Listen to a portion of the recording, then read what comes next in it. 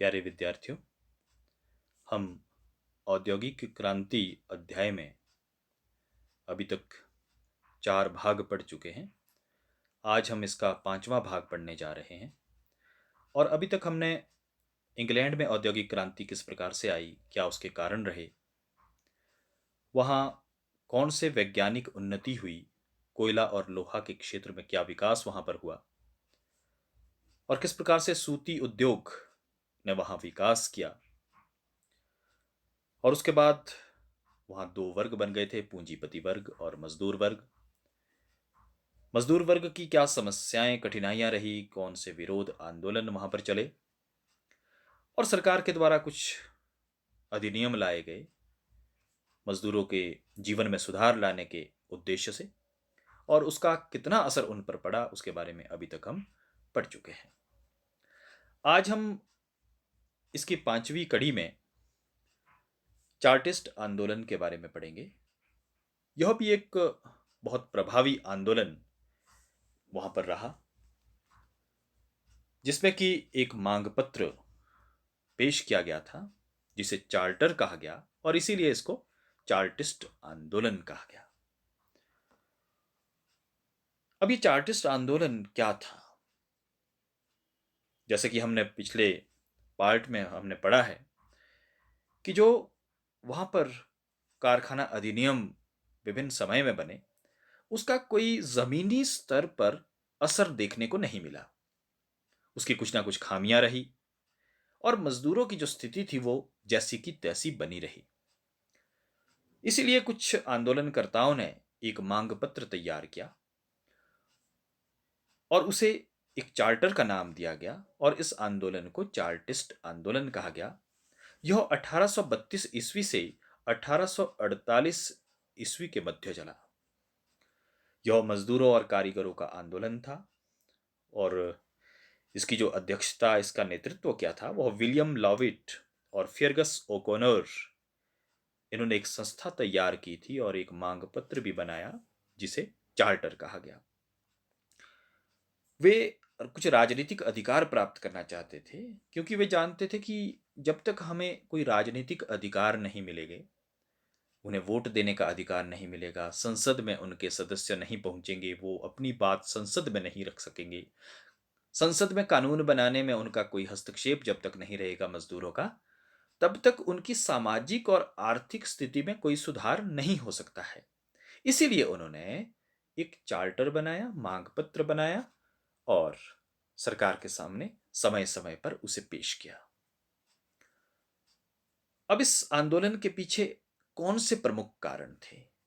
अभी तक जैसे हमने पढ़ा है, मजदूर और पूंजीपति 2 वर्ग बन गए थे, और मजदूरों की जो स्थिति थी बहुत दयनीय थी, शोचनीय थी।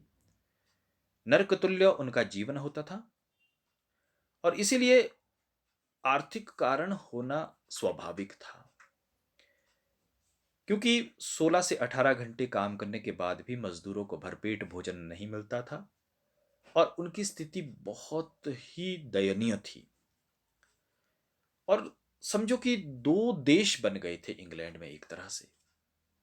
एक पूंजीपति वर्ग जो कि बहुत ही धनवान थे, और दूसरे मजदूर वर्ग जिनकी स्थिति शोचनीय थी। दोनों के मध्य एक बहुत गहरी खाई बन चुकी थी। उद्योगों की स्थापना जरूर हुई थी, संपत्ति में भी उद्योगपतियों के जरूर वृद्धि हुई, लेकिन जो उसका लाभ है वो कुछ चंद लोगों को ही मिल रहा था। धन का समान वितरण नहीं था पूरे समाज में। उद्योगपति धनी से धनी होते गए, और जो मजदूर थे वो गरीब से भी और गरीब होते गए। इसलिए मजदूर वर्ग को इसके दुष्परिणाम झेलने पड़े, और ये प्रमुख कारण था चार्टिस्ट आंदोलन का। तो इस प्रकार से वे चार्टिस्ट लाखों की संख्या में एकत्र होते थे, अपने मांग पत्र सरकार के सामने रखते थे, लेकिन सरकार ने भी पूरा प्रयास किया उनके इस आंदोलन को कुचलने का, दमन करने का। आर्थिक कारण के अलावा राजनीतिक कारण भी होना स्वाभाविक था, क्योंकि राजनीति में मजदूरों का कोई महत्व ही नहीं था। मजदूरों को ना तो कोई मताधिकार था, वे वोट नहीं डाल सकते थे, ना उनका कोई सदस्य संसद में पहुंच सकता था। 1832 ईस्वी में एक सुधार अधिनियम अवश्य आया था, लेकिन यह भी उनकी स्थिति में सुधार लाने में असफल ही सिद्ध हुआ। इस तरह से मजदूरों का एक ही उद्देश्य था कि वे राजनीतिक अधिकार प्राप्त करना चाहते थे और उसके द्वारा ही अपनी सामाजिक और आर्थिक स्थिति में सुधार आ सकता था। इसीलिए उन्होंने कुछ मांगे इस आंदोलन के द्वारा रखी और वे मानते थे कि संसद में जाने के बाद ही उन्हें उनके अधिकार प्राप्त हो सकते हैं, क्योंकि उन्हें वहां पर कुछ कानून बनाने का मौका मिलेगा। तो बार बार वे मांगे रखते गए, लेकिन हमेशा जब भी उनकी मांग सामने सरकार के रखी जाती, संसद में वही भूपति थे, वही उद्योगपति थे और वे इन मजदूरों की मांगों को दरकिनार कर देते थे। आर्थिक और राजनीतिक कारण के बाद सामाजिक कारण का होना भी स्वाभाविक था, क्योंकि जैसा अभी तक हम पढ़ चुके हैं, वहां पर एक तरह से दो देश बन गए थे इंग्लैंड में, एक पूंजीपतियों का और दूसरा मजदूरों का देश। सामाजिक व्यवस्था को ही इस औद्योगिकरण ने पूरी तरह से बदल के रख दिया था। मध्यम वर्ग अधिक संपन्न होता गया और मजदूर वर्ग गरीब से गरीब होता गया, और बहुत अंतर दोनों के मध्य बढ़ गया था। दोनों के मध्य जो एक राष्ट्रीय एकता होती थी, वो भी अब देखने को नहीं मिलती थी, और लगता था कि जैसे इंग्लैंड अब दो राष्ट्र है और वहां के विभिन्न वर्गों में आपस में कोई सहानुभूति नहीं थी। तो इस प्रकार से कई आर्थिक, राजनीतिक और सामाजिक कारण आप यहां देख सकते हैं कि पूंजीपति और जो मजदूर वर्ग है, कारखाने में काम करने वाले लोग हैं, उनकी स्थिति दशा में बहुत अंतर देखने को मिलता है। अब ये मुख्य मांगे क्या थी जो चार्टिस्ट आंदोलन में उस चार्टर के द्वारा रखी गई थी? उसमें सबसे पहले संसद का चुनाव वार्षिक हो, ये मांग थी कि प्रतिवर्ष चुनाव होने चाहिए और जो संसद सदस्य हैं उन्हें निश्चित वेतन दिया जाना चाहिए और सभी के लिए समान निर्वाचन क्षेत्र हो। चुनाव गुप्त वोट प्रणाली से होने चाहिए और सभी को वोट डालने का अधिकार मिले। इससे पहले मजदूरों को वोट डालने तक का भी अधिकार नहीं था। और संसद की सदस्यता के लिए संपत्ति की कोई शर्त नहीं होनी चाहिए। पहले एक शर्त थी कि जो जिनके पास संपत्ति है, धनाढ्य लोग थे, वही केवल संसद सदस्य बन सकते हैं। तो इस संपत्ति वाली जो शर्त थी उसे समाप्त करना चाहते थे, क्योंकि मजदूर तभी चुनाव में भाग ले सकते थे, उन्हें वोट डालने का अधिकार चाहिए था और तभी वे संसद में पहुंचकर कानून बनाने में अपनी दावेदारी पेश कर सकते थे। लेकिन सरकार ने इस आंदोलन को भी समय समय पर इसका दमन किया, इसको कुचलने का भरपूर प्रयास किया। वैसे ये चार्टिस्ट आंदोलन भी एक मील का पत्थर साबित हुआ है, इसके बहुत प्रभाव रहे हैं, बाद में दूरगामी प्रभाव इसके मिले हैं, लेकिन फिर भी एकदम से मजदूरों की स्थिति को सुधारने में यह सफल नहीं हो पाया। इसलिए हम कह सकते हैं कि यह आंदोलन अंततः असफल हुआ। अब इस असफलता के पीछे कारण क्या थे? सबसे पहले है अयोग्य नेतृत्व। कोई विशेष नेता, ऐसा दूरदर्शी नेता नहीं था जो कि दूर की सोच सकता था या जिसके पास कोई अनुभव होता, और ये एक प्रमुख कारण रहा है असफलता का। अब उन्होंने जो मांग पत्र रखा उसमें लाखों लोगों के हस्ताक्षर किए, जिसमें आधे से ज्यादा जाली हस्ताक्षर किए। तो यहां पर अनुभवहीनता देखने को मिलती है और वही बात आगे पकड़ी गई कि इसमें जाली हस्ताक्षर है और सरकार ने इसे मानने से मना कर दिया, क्योंकि उनका कहना था कि ये सब जाली हस्ताक्षर हैं और लोगों की ऐसी कोई मांग नहीं है जो आप इस चार्टर के द्वारा सामने रख रहे हो। इस आंदोलन ने समय के साथ हिंसक रूप ले लिया। उद्देश्य तो इनके अच्छे थे, लेकिन समय के साथ जो एक रास्ता था उन उद्देश्यों को पाने का, वह कहीं अपने उद्देश्य से भटक गया। यह आंदोलन हिंसक रूप ले लिया और जिसमें कि हिंसा में जो गरीब लोग थे, मजदूर लोग थे, वही अधिक प्रताड़ित हुए।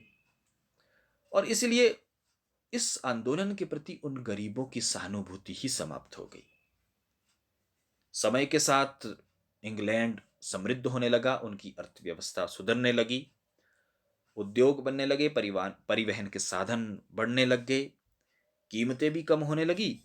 इसलिए जो मजदूर थे उनमें से भी काफी संख्या में लोग धनी होने लग गए और उनकी कोई रुचि इस आंदोलन के प्रति नहीं रही। जाली हस्ताक्षर का प्रभाव तो होना ही था। लगभग 55 लाख लोगों के हस्ताक्षर इस चार्टर पर किए गए हैं, जिसमें से 35 लाख हस्ताक्षर वो नकली निकले, जाली थे वो। इसलिए उनका जो मांग पत्र था वह सरकार के सामने अस्वीकार हो गया और साथ में आंदोलनकर्ताओं की इस कारनामे की वजह से बदनामी भी हुई। आंदोलन कुछ समय से पहले भी आरंभ हो गया था, क्योंकि जिस समय ये आंदोलन आरंभ हुआ है 1832 ईस्वी में, उस समय काफी मजदूर गरीब थे, वो सक्षम नहीं थे और राजनीतिक दृष्टि से भी वो पिछड़े हुए थे। उनके पास कोई साधन अधिक नहीं थे। इसलिए ये समय से पहले आंदोलन आरंभ हो गया और ऐसी परिस्थिति में इसका असफल होना निश्चित था। अब बात आती है कि औद्योगिक क्रांति जो 1760 से लेकर 1820 के मध्य इंग्लैंड में आई, इसका स्वरूप कैसा कैसा था? क्या ये सचमुच क्रांति थी? इसमें इतिहासकारों के मध्य मतभेद है। कुछ इतिहासकार कहते हैं कि यह क्रांति नहीं कही जा सकती, लेकिन एक दूसरा पक्ष है इतिहासकारों का कि इसे क्रांति कहना उचित होगा। तो इसके बारे में यहां बात करते हैं कि क्या औद्योगिक क्रांति सचमुच क्रांति थी इंग्लैंड में।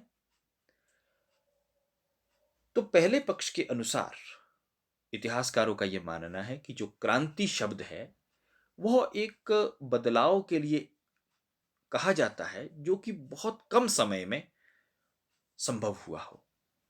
बहुत कम समय में कोई चेंज अगर सोसाइटी में आता है, चाहे वो राजनीतिक हो, आर्थिक हो, कृषि के क्षेत्र में हो, बहुत कम समय में कोई बदलाव आ जाता है जिसके बारे में कभी पहले सोचा नहीं होता है, तो उसे क्रांति कहा जाता है। लेकिन जो तो औद्योगिक क्रांति इंग्लैंड में रही है वह 1760 से लेकर 1820, लगभग 60 वर्षों तक का समय रहा है। तो इसलिए इतने लंबे समय काल को क्रांति कहना उचित नहीं होगा। और ये जो औद्योगिकरण इंग्लैंड में हुआ है, ये विशेष तौर से सूती वस्त्र उद्योग में हुआ है। अन्य उद्योग इतने अधिक इसमें सफल नहीं हुए और इसलिए एक ही उद्योग के लिए क्रांति कहना, ये कहना कि पूरे देश को, राष्ट्र को इसने बदल दिया एक उद्योग की वजह से, यह कहना उचित नहीं होगा। इसलिए इसे क्रांति नहीं कहा जा सकता है। और क्रांति, जैसा कि पहले भी कहा है, कि उसे कहा जाता है जो कि अचानक हो और जिसके दूरगामी प्रभाव पड़े।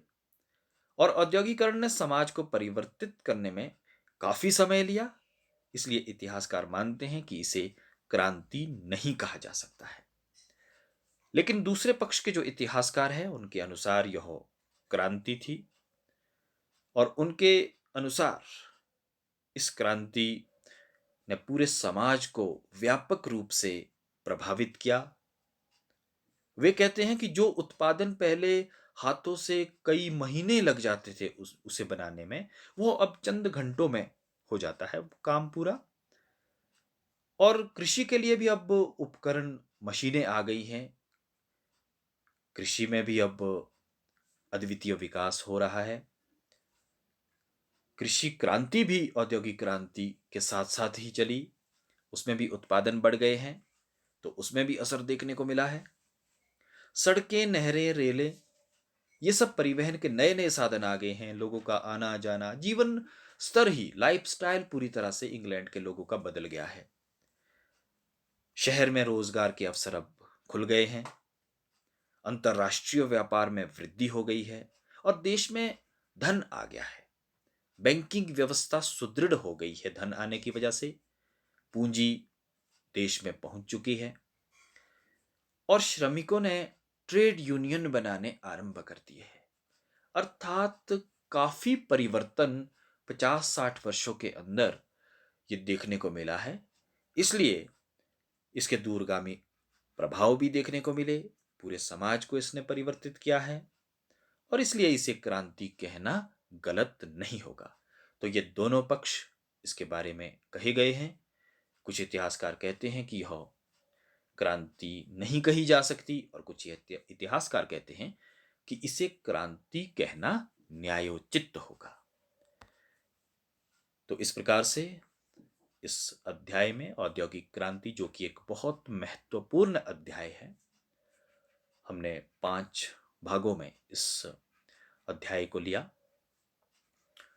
और शुरू से लेकर आखिर तक विस्तार से इसके बारे में पढ़ा है।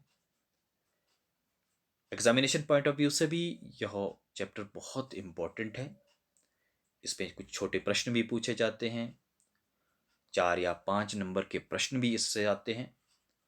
तो हर प्रश्न को ध्यान से समझने के उपरांत अपनी नोटबुक में हर प्रश्न को लिखने का प्रयास करें और उसे स्मरण करने की कोशिश करें। इसके साथ ही ये अध्याय अब समाप्त होता है। आप सभी सुरक्षित रहें, अपने बचाव स्वयं करें। अब हम ऐसी स्थिति में आ चुके हैं। इसके साथ ही बहुत बहुत धन्यवाद।